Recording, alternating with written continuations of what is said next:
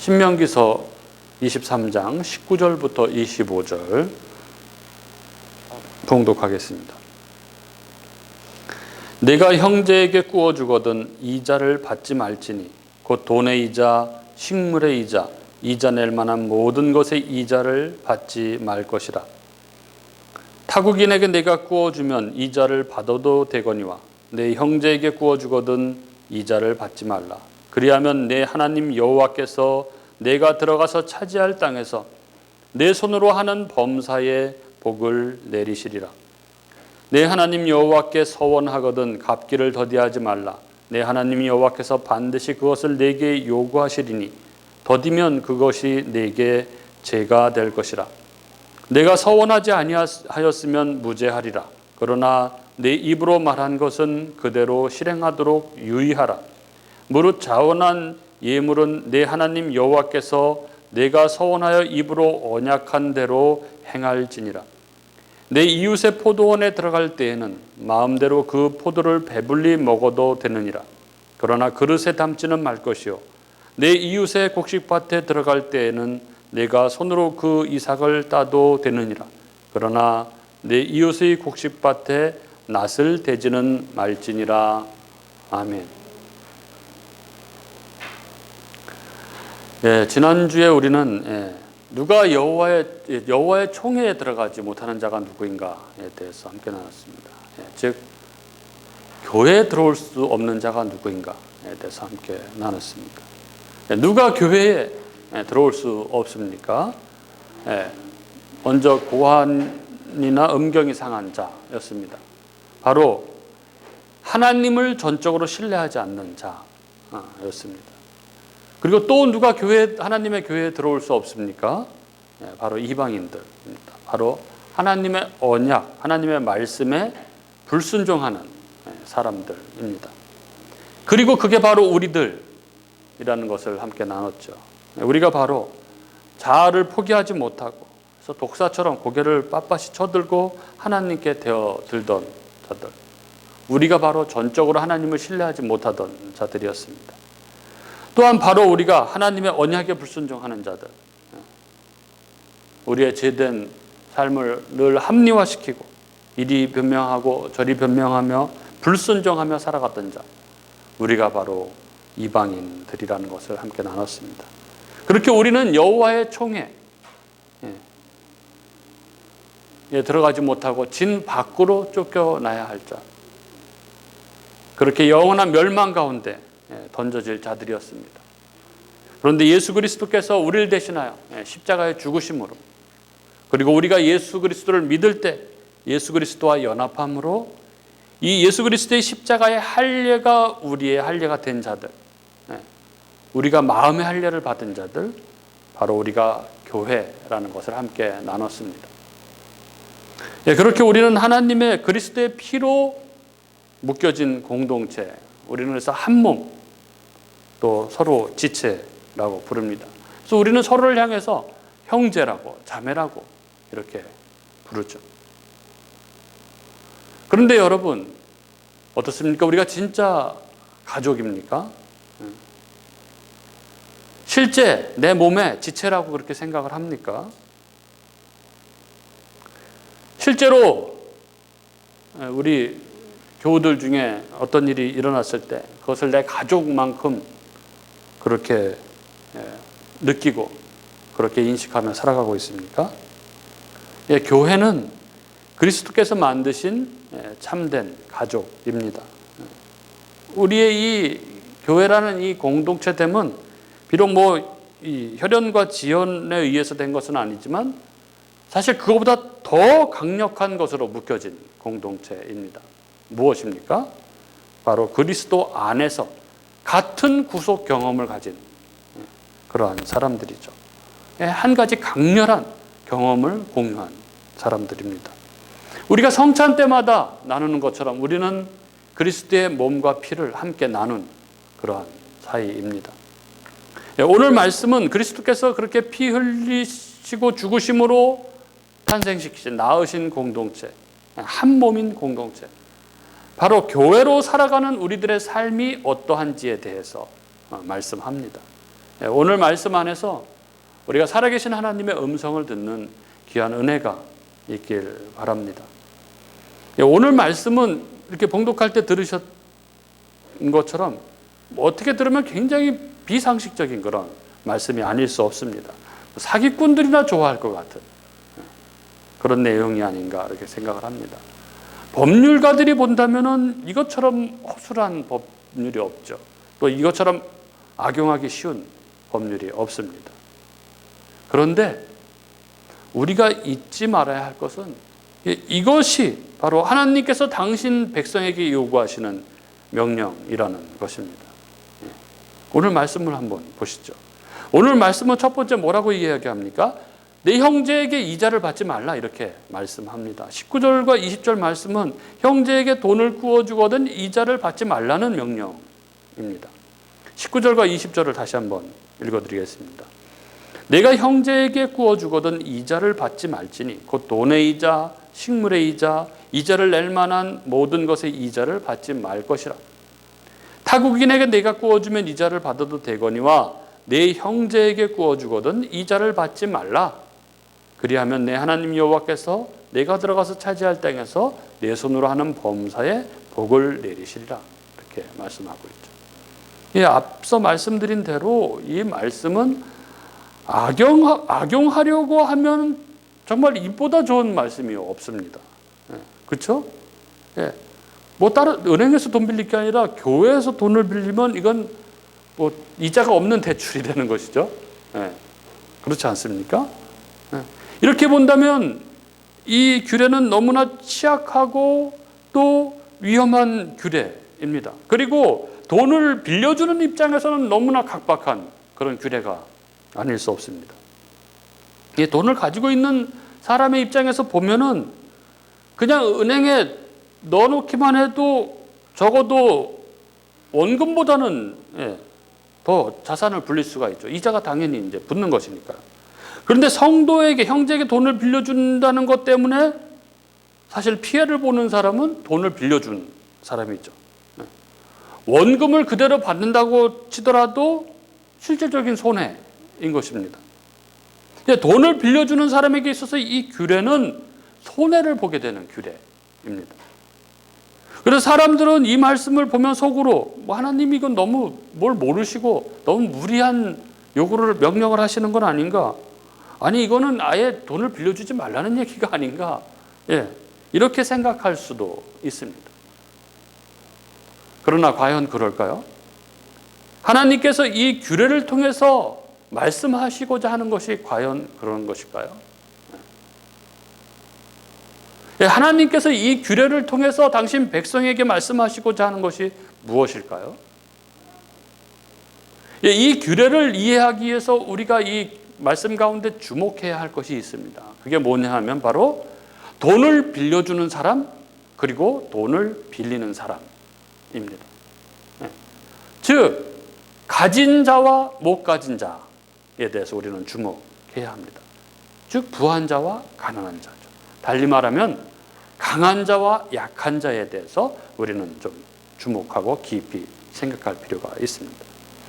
하나님께서는 이 율법을 통해서 당신 백성 이스라엘에게 가르치고 싶으셨던 것은 가진 자가 가지지 못한 자에게, 부한 자가 가난한 자에게, 강한 자가 약한 자에게 어떻게 대해야 하는지에 대한 규례인 것이죠. 바로 긍휼입니다. 긍휼. 긍휼이 무엇입니까, 여러분? 긍휼은 이 불쌍히 여겨 돌봐줌이라는 명사입니다. 긍휼이 이 한자죠. 한자인데 이게 불쌍히 여길 긍에 이 구휼할 휼 혹은 불쌍할 휼 이렇게 부르죠.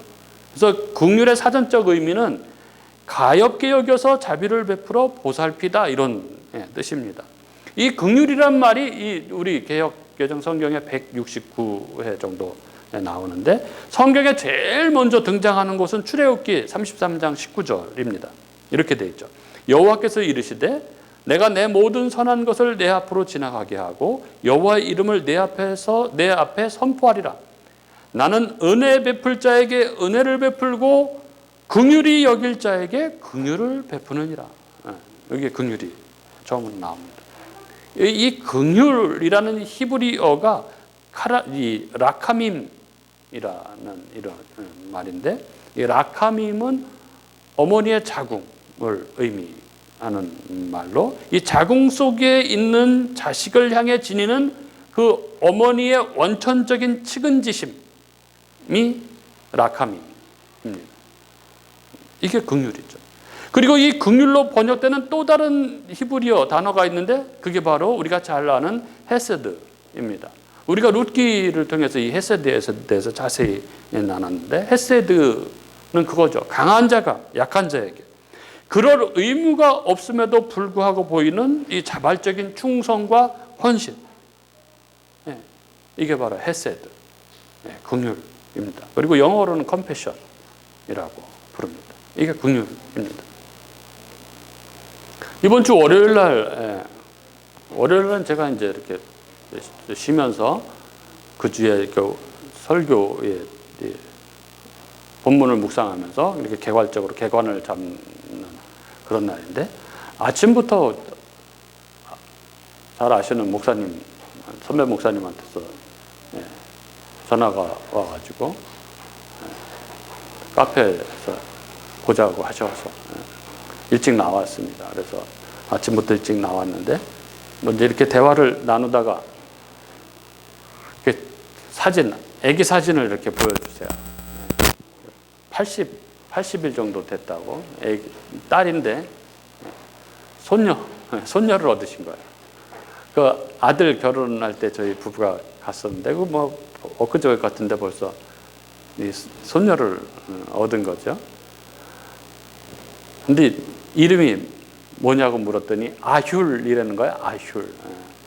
그러니까 하나님의 긍휼이라고 이렇게 이름을 지었다고. 아들이 그렇게 이름을 지었다고. 하나님의 긍휼? 딸 이름을 하나님의 긍휼? 이렇게 참 이름이 특이하기도 하고 참 뭐 긍휼에 대해서 굉장히 깊이 묵상을 했는가 보다, 신앙생활하면서. 이제 하여간 그런 생각을 했습니다. 그 주일에 대한 이 본문 말씀을 묵상을 못한 상태였는데, 하여간 그런 생각을 했는데, 목사님 가시고 나서 이제 오후부터 이렇게 말씀을 이렇게 이제 이번 주 설교할 말씀을 이렇게 쭉 보는데, 이게 긍휼인 거예요. 이게 하나님이 무슨 뜻이 있으신가 보다, 뭐 이런 생각을 했습니다. 근데 그 다음 날 화요일, 수요일 이틀 동안 제가 어떤 한 분과 아주 오랜 시간, 합하면 한 8시간에서 10시간 정도 얘기하지 않았을까. 제가 여기 카페에서 일하는 동안 오랜 시간을 함께 이야기를 나눈 분이 계신데, 3월 달에 이곳으로 이사를 오셨다는 거예요. 근데 여기가 카페인 줄 알았는데 교회인 줄은 몰랐다는 거죠. 근데 주일날 이렇게 처음으로 이쪽으로 이렇게 지나갔는데 보니까 여기가 교회라는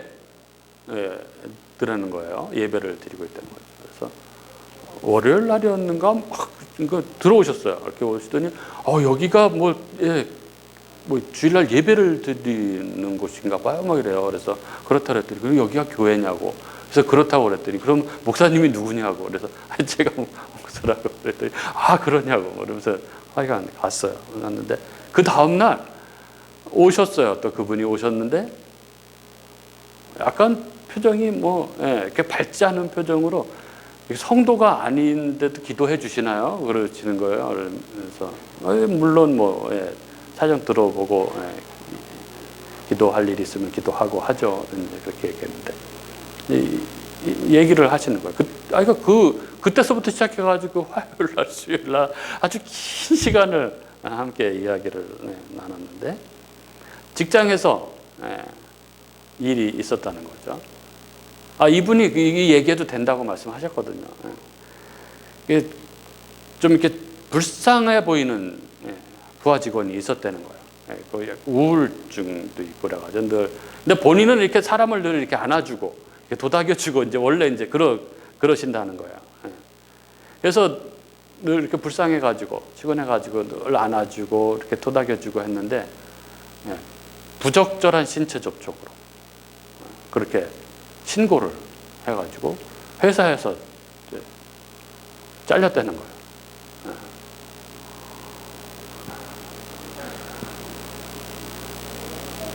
그 일로 인해서 벌어진 뭐 그런 일, 뭐 그래서 뭐 그런 얘기를 하느라고 거의 이틀에 걸쳐서 아주 장시간 이야기를 했는데, 이번 주 말씀이 긍휼이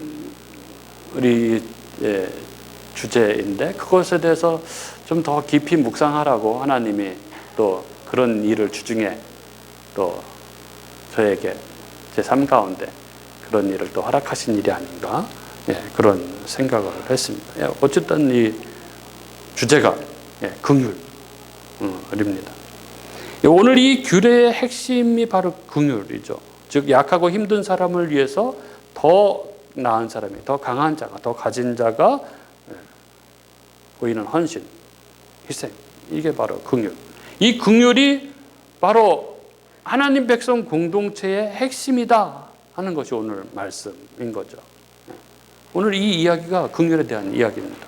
그리고 이 이야기가 긍휼이라는 긍휼이 주제라는 것을 또 분명히 보여주는 것은 오늘 이 신명기 23장 19절 20절의 병행 구절이 성경에 있거든요. 그걸 보면 더 확실합니다.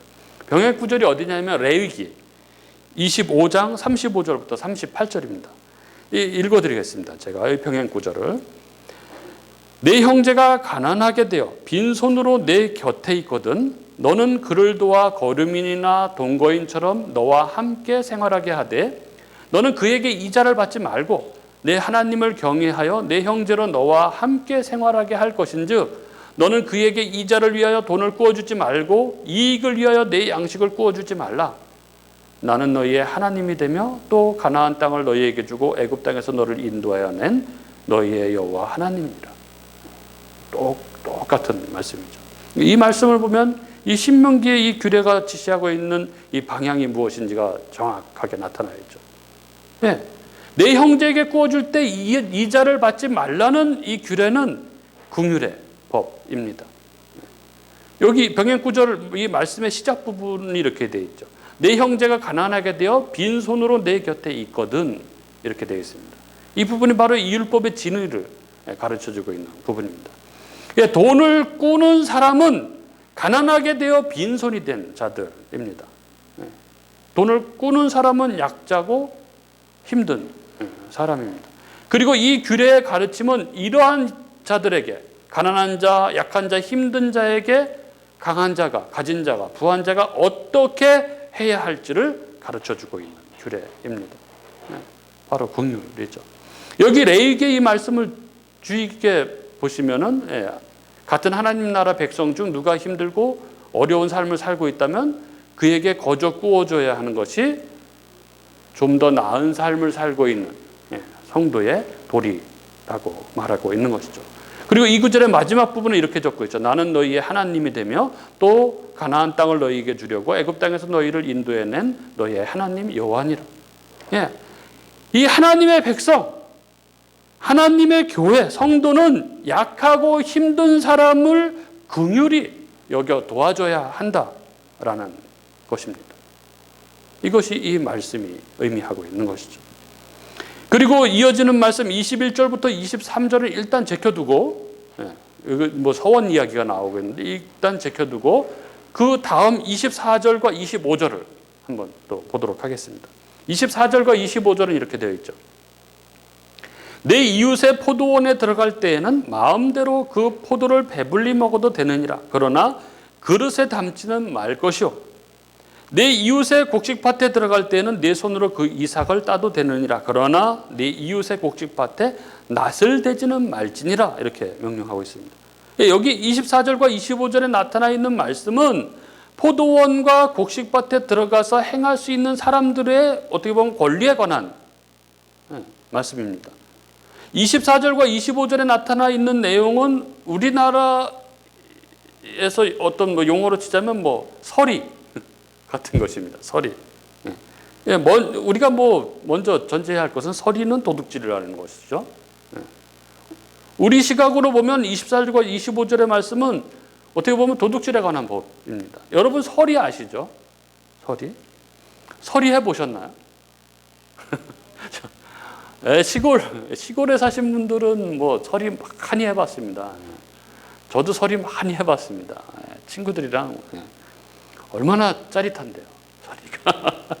예, 그 참외, 특히 여름에 참외밭, 수박밭에 뭐 주인이 원두막 지어놓고 지키지 않습니까? 지키면 뭐합니까? 아무리 지켜도 뭐 그 넓은 밭을 뭐 어떻게 다 지킬 수가 없잖아요. 거기 다 불을 켜놓을 수도 없고. 예, 고랑으로 살살 기어 들어가서 잘 익은 거 따서 먹습니다. 그걸 가져가서 먹지도 않습니다. 밭에 앉아서 먹습니다. 주인은 저기 원두막에 있는데 얼마나 짜릿한데요. 얼마나 맛있고.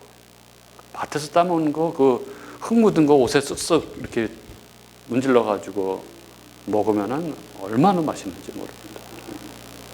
그 뭐 너무나 재미있게 서리를 했죠. 그 이렇게 개울 건너에 이 수박밭이 있었는데 입에 칼을 물고 헤엄쳐서 밤에 헤엄쳐서 건너가 가지고 수박을 쭉쭉 걸러 가지고 칼로 갈라 가지고 그렇게 서리를 해먹고 했습니다. 그 짜릿함은 그거 뭐 배가 고파서 그런 것도 아니거든요, 사실은. 그 짜릿한 그 기분을 즐기느라고. 그렇죠. 요즘에는 큰일 나죠. 서리하면 아주 큰일 납니다. 이게 뭐 요즘이 아니죠. 이게 큰일 난 일은 아주 이게 서리가 큰일 나게 된 거는 벌써 한 거의 30년 가까이. 저희 어릴 때나 그거 뭐 그냥 걸리면 뭐 그냥 떼찌하고 뭐 혼내키고 그냥 보냈지. 요즘에는 큰일 납니다. 제가 그 고등학교 동창회를 예전에 한 적이 있었는데 요즘에는 안 나가는데 예전에 이 얘기만 하면 너무 웃긴 이야기가 있는데 선생님이 있었어요.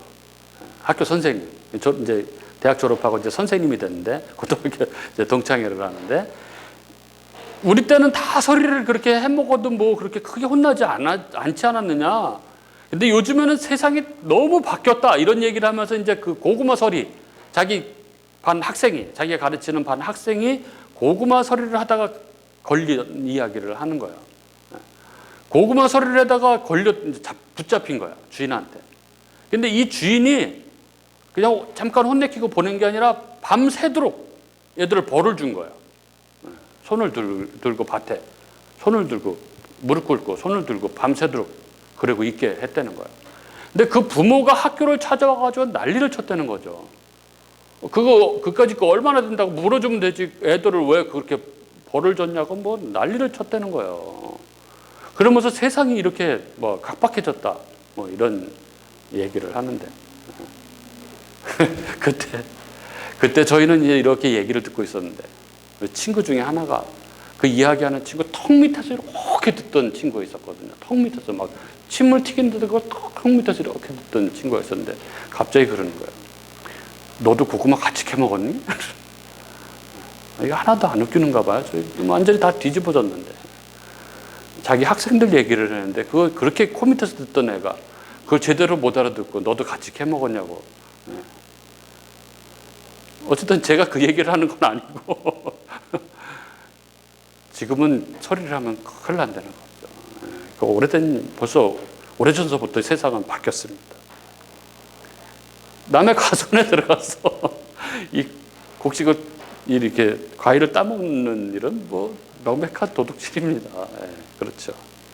하지만 여기 우리 이 신명기 말씀 24절 25절 말씀은 이 도둑질을 금하는 말씀이 아니라 그 권리를 옹호해 주는 그런 말씀이죠. 우리나라에서는 남의 밭에 들어가서 과일을 따먹거나 이삭을 잘라먹는 행위는 도둑질이지만 이스라엘에서는 이게 공식적으로 인준이 된 그런 권리적 행위였습니다. 그럼 왜 이스라엘에게 이런 법이 명령됐습니까? 우리가 앞에 말씀, 이 19절, 20절 말씀을 잘 이해했다면 우리는 이 명령 또한 같은 맥락 안에 있다는 것을 우리는 잘 이해합니다. 할 수 있을 것입니다. 그렇습니다. 이 규례 역시 가난한 자들을 위한 긍휼의 법인 것이죠. 가난한 자들은 내 이웃, 형제의 과수원이나 밭 어디에든 들어가서 마음껏 먹을 수 있었습니다. 24절과 25절의 규례에 보면은 그릇에다가 포도를 담거나 곡식을 낫으로 베는 행위만 하지 않는다면 거기 안에서 그냥 먹는 거는 마음대로 먹을 수 있었던 거죠. 그릇에 담거나 낫으로 베는 행위는 아주 작심을 하고 훔치는 행위인 거죠. 그러나 그 외에 진짜 배가 고파서 배가 고픈 자가 그 밭에서 먹는 것은 보장된 그런 행위였다는 것입니다. 이스라엘 안에 있는 가난한 자들에게는 형제의 소유를 마음껏 먹을 수 있는 권리가 보장되어 있었습니다. 현대 자본주의 입장에서 보면 이건 말이 안 되는 법입니다. 현대 자본주의의 가장 중요한 원칙이 무엇입니까? 누구나 자기 개인 재산을 가질 권리가 있고 이 개인 재산을 누구도 침범해서는 안 된다는 것이죠. 그런데 하나님은 공개적으로 이 이스라엘에게 사실상의 개인 재산권의 침해를 허락하고 명령하고 계십니다. 내 가수원, 내 밭, 내 포도원, 내 곡식입니다. 하지만 그것을 마음대로 따먹을 권리가 가난한 자에게 있다고 말씀하고 있는 것이죠. 말이 안 되는 것입니다. 왜 공의의 하나님께서 이런 부당한 말씀을 하십니까? 왜 내 사적 개인 재산을 다른 사람이 마음대로 먹어도 된다고 하나님이 말씀하시는 것입니까? 하나님의 말씀은 당신 백성에게 이렇게 명령하고 계신 것이죠. 약한 자, 가난한 자에게 내 것을 거저주는 것이 나의 백성, 삶의 모습이다 하는 것입니다. 나의 백성은 자기가 가진 것을 약한 자, 가난한 자에게 거저주는 자들이다. 이렇게 말씀하고 계신 것입니다. 그리고 앞에 예서처럼 이 말씀 또한 레위기에 좀 더 자세한 설명이 나옵니다. 레위기 19장 9절과 10절에 이런 말씀이 나오죠. 너희가 너희 땅에서 곡식을 거둘 때에 너는 밭 모퉁이까지 다 거두지 말고 내 떨어진 이삭도 줍지 말며 내 포도원의 열매를 다 따지 말며 내 포도원에 떨어진 열매도 줍지 말고 가난한 사람과 거류민을 위하여 버려두라. 나는 너희의 하나님 여호와이니라. 이렇게 말씀합니다. 그렇습니다. 이러한 약자에 대한 긍휼, 이것이야말로 하나님께서 당신 백성에게 요구하시는 하나님 백성의 기본 성품입니다. 그리고 하나님 나라는 바로 이러한 나라입니다. 약하고 힘든 사람을 위하여 더 나은 사람, 더 가진 사람이 희생해서 자기 것을 주는 것. 이런 긍휼이 넘치는 공동체가 바로 하나님 백성의 공동체, 하나님 나라인 것이죠. 이것을 하나님이 율법으로, 규례로 이렇게 명령하고 계신 것입니다. 그리고 이 율법, 이 계시가 광야교회에서 이스라엘 백성들에게 하나님께서 만나를 나눠주신 일에서 부분적 성취를 이룹니다. 이걸 계시의 진전이라고 그렇게 말하죠. 출애굽기 16장에 나옵니다. 출애굽기 16장 이하에 하나님께서 이스라엘에게 만나를 내려주셨을 때 그 만나를 어떻게 분배했는지에 대한 이야기가 나옵니다. 17절에 보면 이렇습니다. 이스라엘 자손들이 모세의 명령을 따라서 만나를 거두었으나 그 거둔 곳에 차등이 있었다는 이야기가 나옵니다. 17절에 이런 말씀이 있습니다. 이스라엘 자손이 그같이 하였더니 그 거둔 것이 많기도 하고 적기도 하나. 이 17절을 정확하게 원어의 그 뉘앙스로 번역을 하면 이렇습니다. 이스라엘 자손이 그와 같이 하였다. 그리고 많이 거둔 자와 적게 거둔 자가 있었다. 이런 뜻입니다. 이 하늘에서 이 양식 만나가 내리는 이 공평한 상황 속에서도 거두는 능력에 따라서 거둔 사람, 많게 거둔 사람이 있고 적게 거둔 사람이 있었다는 것입니다. 젊은 남자는 많이 거두었을 것이죠. 그러나 나이가 많고 병든 사람은, 연약한 사람은 빨리 거두지 못하고 적게 거두었을 것입니다. 그런데 그 다음 18절에 보면은 이렇게 거두어진 만나는 한 오멜짜리 이 한 그릇으로 되어졌습니다. 18절에 이렇게 되어 있죠. 오멜로 되어 본즉 많이 거둔 자도 남음이 없고 적게 거둔 자도 부족함이 없이 각 사람은 먹을 만큼만 거두었더라. 이렇게 적고 있습니다. 이 말씀은 각각이 가져온 만나를 그 오멜로 되어서 많이 거둔 자에게서는 깎고 적게 거둔 자에게는 그 많이 거둔 자에서 깎은 것을 가지고 보충했다는 그런 말씀입니다. 예, 분명히 만나를 가져올 때는 각각 많이 거둔 자와 적게 거둔 자가 있었습니다. 하지만 그것이 하나님의 명령에 따라 되어졌을 때, 오멜로 되어졌을 때 결과적으로 나타난 현상은 매 사람마다 한 오멜씩 공평하게 나누어진 것입니다. 예, 이것이 바로 하나님 백성 공동체라는 것입니다. 이게 하나님 나라인 것입니다. 그리고 이것이 이 광야 교회 가운데 부분적으로 성취된 것입니다. 그런데 이 율법, 이 계시가 드디어 역사 가운데 완성이 됩니다. 언제입니까? 바로 그리스도 예수 안에서 성취되고 완성이 되는 것이죠. 예, 만왕의 왕, 만유의 주, 그 강하시고 부유하신 우리 주님께서 가난한 우리를 위해서 스스로 가난하게 되셨고 그 가난한 우리를 부욕케 하시기 위해서 자기 몸을 십자가에 던지심으로, 그리고 믿음으로 그 예수와 연합한 자들, 그 긍휼의 피를 덧입은 성도들 가운데, 그들의 공동체인 교회 가운데 이 율법의 성취가, 완성이 나타나게 되는 것이죠. 사도행전, 부활하신 예수님께서 승천하시기 전에 사도들에게 이렇게 분부하십니다. 사도행전 1장 4절 5절에 사도와 함께 모이사 그들에게 분부하여 이르시되 예루살렘을 떠나지 말고 내게서 들은 바 아버지께서 약속하신 것을 기다리라. 요한은 물로 세례를 베풀었으나 너희는 몇 날이 못되어 성령으로 세례를 받으리라 하셨느니라. 그리고 오순절 날에 마가의 다락방에 모여서 기도하던 중에 불같이 바람같이 약속하신 성령이 임함으로 교회가 탄생하게 되죠. 이게 역사 가운데 하나님 나라의 현시인 교회가 나타나게 되는 것입니다. 이 긍휼의 공동체가 가난한 자를 부욕케 하는 이 공동체의 모습이 역사 가운데 그 모습을 드러내게 되는 것입니다. 그리고 이 모습을 사도행전 2장은 이렇게 기록합니다. 사도행전 2장 44절부터 47절 이렇죠. 믿는 사람이 다 함께 있어 모든 물건을 서로 통용하고 또 재산과 소유를 팔아 각 사람의 필요를 따라 나눠주며 날마다 마음을 같이하여 성전에 모이기를 힘쓰고 집에서 떡을 떼며 기쁨과 순전한 마음으로 음식을 먹고 하나님을 찬미하며. 교회는 가난한 자에게 좀 더 가진 자들이 손을 벌려 가진 것을 나눠주는 그러한 공동체입니다. 이것이 바로 하나님 나라의 모습인 것이죠. 그래서 교회를 이 땅에 임한 하나님 나라의 현시라고 부르는 것입니다.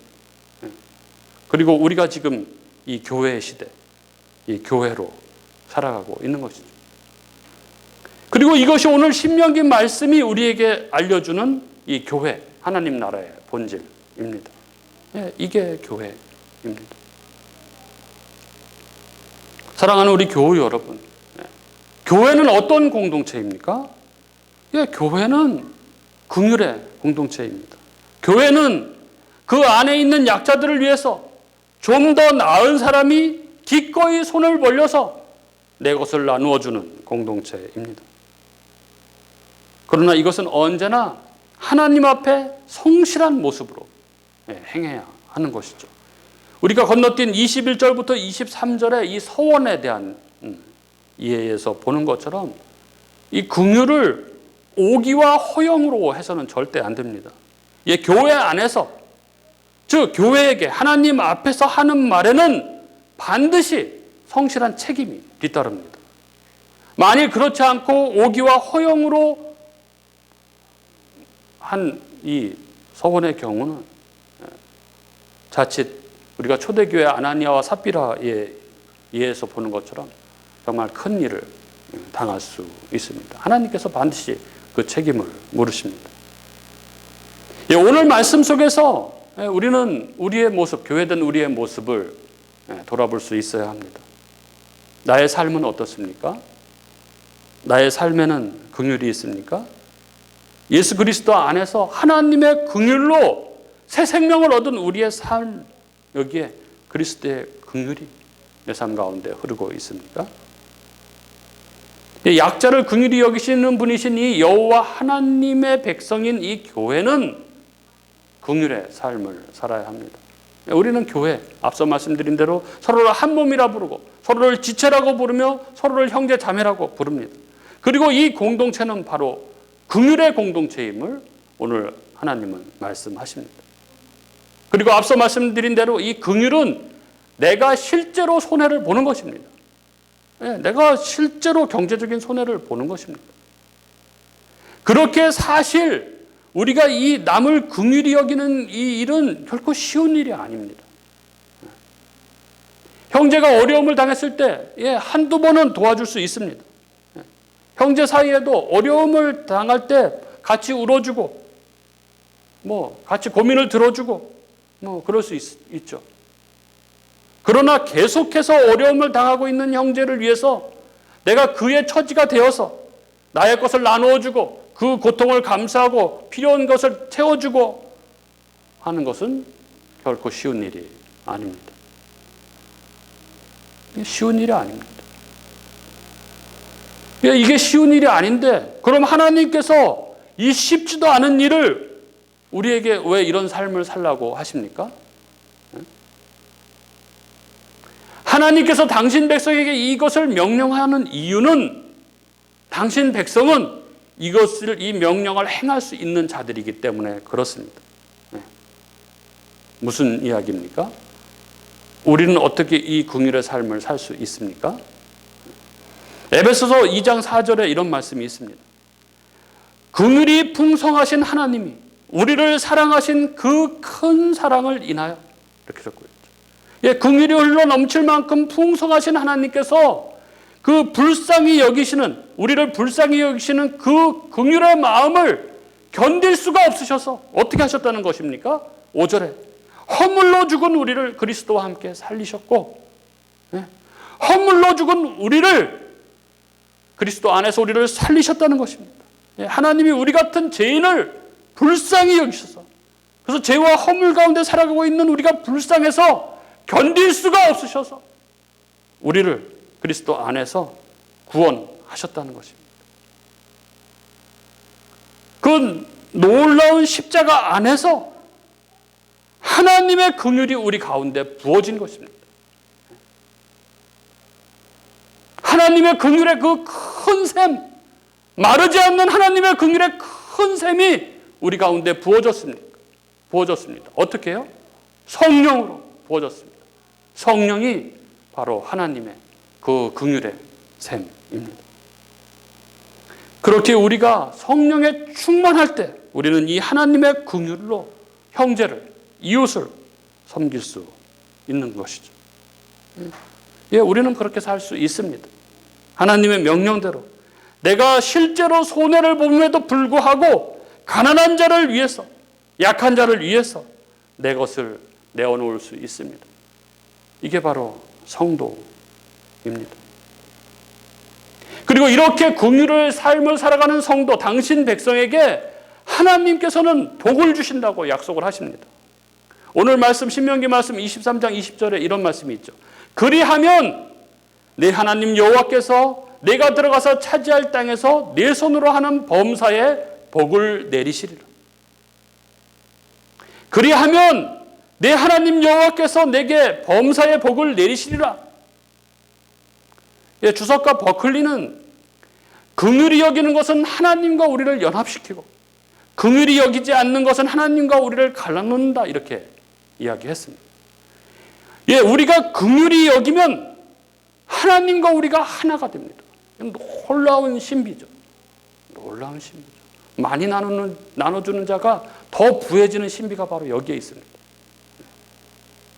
예, 우리가 긍휼히 여길 때 긍휼의 하나님이 우리 안에 충만해집니다. 그 하나님이 우리 삶에 가득하게 되는 것이죠. 어떤 하나님이십니까? 부유하신 하나님, 강하신 하나님. 그 하나님이 내 삶에 가득하게 되는 것이죠. 그래서 우리 주님도 마태복음 5장 7절에 긍휼히 여기는 자는 복이 있나니 그들이 긍휼히 여김을 받을 것이며 이렇게 말씀하신 것입니다. 사랑하는 우리 교우 여러분, 우리는 긍휼을 실천하는 하나님의 백성이 됩시다. 그 하나님의 긍휼을 실천하는 자에게 하나님께서 하나님의 충만한 것, 하나님의 복으로 우리를 충만하게, 우리의 삶을 충만하게 채워주실 것입니다. 그리하여 그렇게 하나님의 복으로 충만해진 자가 다시 그 하나님의 충만한 복을 이웃에게 긍휼로 베풀고, 그래서 이 사회를 치유하고 절망에 빠진 사람들을 그리스도 앞으로 인도하며 이 땅 가운데 하나님 나라가 임했음을 증거하게 되는 것입니다.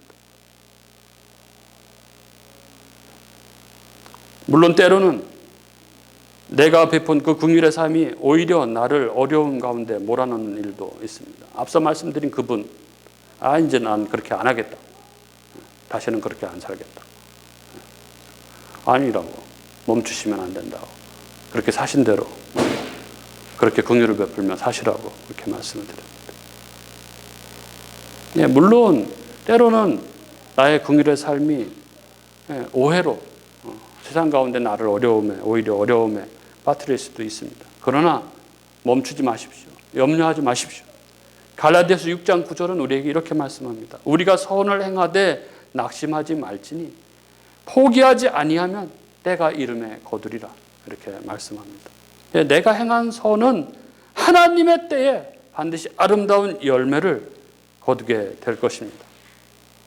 그렇게 늘 성령 충만함으로 하나님 말씀에 순종함으로 나의 삶을 통하여 하나님을 증거하는 공동체, 그게 바로 우리 교회의 비전 아닙니까? 바로 복음인 교회인 것이죠.